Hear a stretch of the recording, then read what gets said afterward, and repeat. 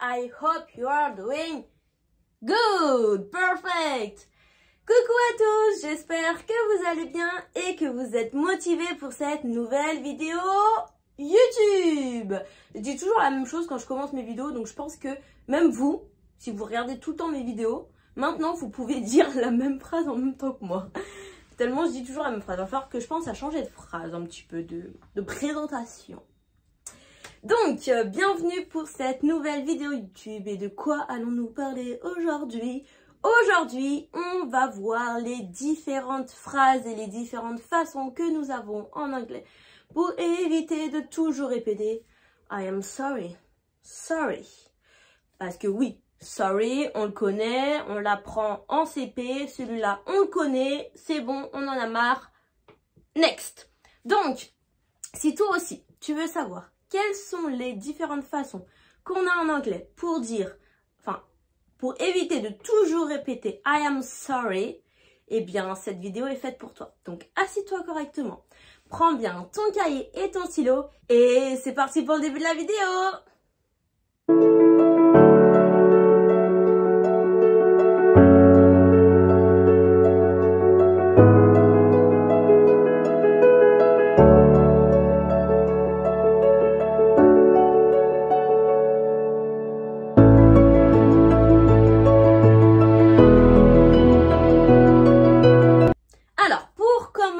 On a une expression en anglais qu'on peut utiliser, voilà, jamais vous faites quelque chose et que, voilà, en fait, c'est votre erreur, c'est vous qui avez fait l'erreur, donc vous voulez vous excuser car c'est vous qui avez fait l'erreur, donc voilà, vous voulez dire tout simplement, désolé, c'est moi qui ai fait l'erreur, voilà, c'est mon erreur, je l'assume.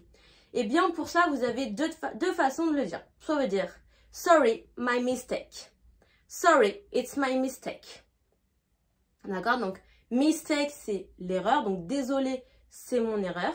It's my mistake. Ou alors, vous pouvez aussi dire my bad. D'accord? My bad qui est, du coup, un petit peu plus courant. D'accord? Mistake, c'est vraiment ce qu'on dit quand on est débutant. My bad qui est au niveau supérieur. D'accord? Donc, voilà. Vous avez fait une erreur. Vous voulez vous excuser et dire que c'est de votre faute. Vous dites sorry, my bad. Ou alors juste my bad. Sorry, I didn't mean to do it. It's my bad. Désolé, j'avais pas l'intention de le faire. C'est ma faute. My bad. It's my bad. I'm so sorry. Ok? Donc, les deux premiers mots pour remplacer sorry ou alors pour pas uniquement dire I'm sorry, mais voilà, pour faire une longue phrase, vous pouvez tout simplement dire I'm sorry, it's my mistake. My mistake or my bad. Voilà, soit vous faites un mélange des deux, soit vous dites juste my mistake, my bad. Alright? Perfect.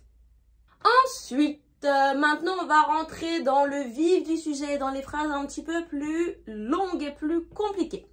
Première phrase, vous pouvez dire It was thoughtless of me. So, in a sentence now, It was thoughtless of me to call you so late. Ce qui veut dire, c'était irréfléchi de ma part de t'appeler si tard. Donc là, on a le mot thoughtless, qui veut dire irréfléchi. Donc, j'ai déjà fait une vidéo justement sur les mots qui se terminent en less. Donc, si jamais vous ne l'avez pas encore vu, je vous invite à aller la voir. Je vous mets la petite fiche juste ici. Voilà, donc là, pour le mot, on a le verbe thought. Donc, qui est le passé du verbe think, penser. Et ensuite, on a rajouté, du coup, le suffixe less, qui nous donne le mot irréfléchi. Donc, voilà, si jamais vous voulez comprendre comment, ce que signifie le suffixe less quand on le rajoute à un mot ou un verbe, je vous invite à aller voir la vidéo, je la remettrai en fin de vidéo, aussi, que j'ai fait spécialement dessus. Voilà, je vais pas vous réexpliquer tout ici parce que ça va me prendre du temps, mais voilà, si jamais ça vous intéresse de comprendre c'est quoi le suffixe less, je vous invite à aller voir cette vidéo. Donc là, le mot thoughtless, c'est du coup le mot irréfléchi. D'accord? Donc c'était irréfléchi de ma part de t'appeler si tard. So late, si tard. Et voici du coup la première phrase à utiliser pour vous excuser auprès de quelqu'un. Maintenant, si jamais vous aimez pas trop ce mot, parce que c'est vrai que le verbe think, thought, il est un petit peu compliqué à dire. Du coup, si jamais vous ne voulez pas le dire parce que vous n'aimez pas ce mot, vous pouvez le remplacer par careless. It was careless of me to call you so late. D'accord? Donc voilà, soit vous choisissez le mot thoughtless ou alors careless. Par contre, du coup, vous vous doutez bien que careless n'a pas la même traduction que thoughtless. Careless. Donc là, qu'est-ce que ça veut dire? Care, c'est tout simplement se soucier. D'accord? Donc, take care of you, prendre soin de toi, on connaît cette expression. Ou alors, voilà, care tout seul, se soucier. Careless, du coup, ça va être imprudent. Donc, c'était imprudent de ma part de t'appeler si tard. En soi, voilà, les deux peuvent très bien être utilisés dans la phrase. Après, voilà, ça dépend de ce que vous voulez dire. Et voilà, de la tournure du sens de la phrase que vous voulez avoir, tout simplement. Mais voilà, les deux sont possibles dans cette phrase-là. Les deux fonctionnent. Donc, si par exemple, vous dites « It was careless of me », voilà, soit vous pouvez le traduire par « C'était imprudent de ma part » ou alors « C'était maladroit » de ma part. D'accord? Donc voilà, ça veut un peu dire la même chose, mais voilà, les deux, vous pouvez le traduire par careless. Imprudent, maladroit. Ensuite, deuxième phrase, on a I owe you an apologize. Donc, apologize, du coup, c'est des excuses. I apologize, je m'excuse. Do you accept my apologize? Est-ce que tu acceptes mes excuses? D'accord? Donc voilà, ça aussi, ce mot-là, apologize, il peut être ultra utilisé pour remplacer du coup sorry. Parce que voilà, je m'excuse, je suis désolée, au final, ça veut dire exactement la même chose. D'accord? Donc là, apologize, vous pouvez vraiment l'utiliser à tout bout de champ à la place de sorry. Et du coup, apologize fait beaucoup plus... voilà, ça vous augmente d'un niveau par rapport à si vous dites I am sorry. Personne qui dit I am sorry, personne qui dit I apologize, bon, on va dire celle-là, elle parle mieux anglais que l'autre. D'accord? Donc voilà, si jamais vous n'arrivez pas à retenir toutes ces phrases que je vous donne, le principal c'est de retenir I apologize qui va pouvoir extrêmement vous servir. Mais bon, si vous arrivez à retenir aussi toutes les autres phrases, c'est encore mieux. Donc, revenons à nos moutons. I owe you an apologize, qui signifie je te dois des excuses. Donc, dans une phrase, I owe you an apologize for my awful behavior, qui signifie je te dois des excuses pour mon comportement horrible. Donc, awful, horrible ou mauvais, et behavior, comportement. For my awful behavior, pour mon comportement horrible.